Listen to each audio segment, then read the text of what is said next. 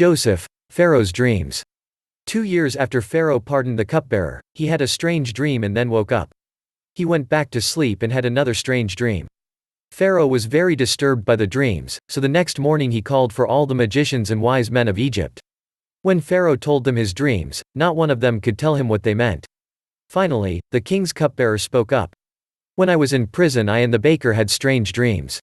A young Hebrew man in prison interpreted them for us and everything he said came true." Joseph was quickly brought from the prison.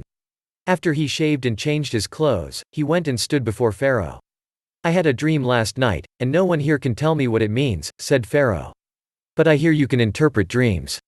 "I don't have the power to interpret dreams," Joseph explained, "but God does." "We shall see if your God is God," Pharaoh said. "In my first dream, I was standing on the bank of the river Nile. I saw 7 fat, healthy cows come up out of the river and begin grazing in the marsh grass. But then I saw 7 sick-looking cows, scrawny and thin, come up after them. These thin cows ate the 7 fat cows, but afterwards still looked as thin and scrawny as before. Then I woke up.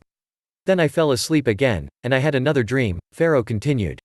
"I saw 7 heads of grain, full and beautiful, growing on a single stalk. Then 7 more heads of grain appeared, but these were blighted, shriveled, and withered by the east wind. Then the shriveled heads swallowed the 7 healthy heads. I told these dreams to the magicians, but no one could tell me what they meant." God helped Joseph interpret Pharaoh's dreams. "Both dreams mean the same thing," he explained. "The 7 healthy cows and the 7 healthy heads of grain both represent 7 years of prosperity. The 7 thin, scrawny cows that came up later and the 7 thin heads of grain represent 7 years of famine. The next 7 years will be prosperous, but the 7 years after that will bring such a severe famine the good years will be forgotten." Joseph advised Pharaoh what to do next. "You should find a wise man and put him in charge of the entire land of Egypt. Supervisors need to be appointed to collect 1/5 of all the crops during the 7 good years and store them under guard.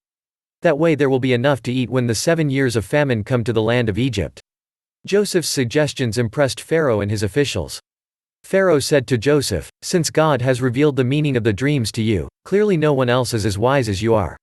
You will be in charge of my court, and all my people will take orders from you. Only my rank will be higher than yours." Then Pharaoh removed his signet ring from his hand and placed it on Joseph's finger. He dressed him in fine linen clothing and hung a gold chain around his neck. Then he had Joseph ride in the chariot reserved for his second in command. And wherever Joseph went, the command was shouted to kneel down. Joseph was now 30 years old, and given a new Egyptian name, Zaphanath-Paneah. Pharaoh also gave him a wife, whose name was Asenath. He was in charge of the entire land of Egypt. During the 7 years of abundance the land produced plentifully. Joseph collected all the food produced in those 7 years of abundance in Egypt. In each city he put the food grown in the fields surrounding it. Joseph stored up huge quantities of grain, like the sand of the sea. It was so much that he stopped keeping records because it was beyond measure. Before the famine came, 2 sons were born to Joseph. He called the name of the firstborn Manasseh, for, he said, "God has made me forget all my toil, and all my father's house."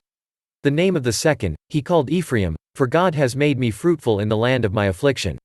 When the 7 years of bumper crops throughout the land of Egypt came to an end, the 7 years of famine began. The famine also struck all the surrounding countries, but throughout Egypt there was plenty of food. Eventually, the famine spread throughout the land of Egypt as well.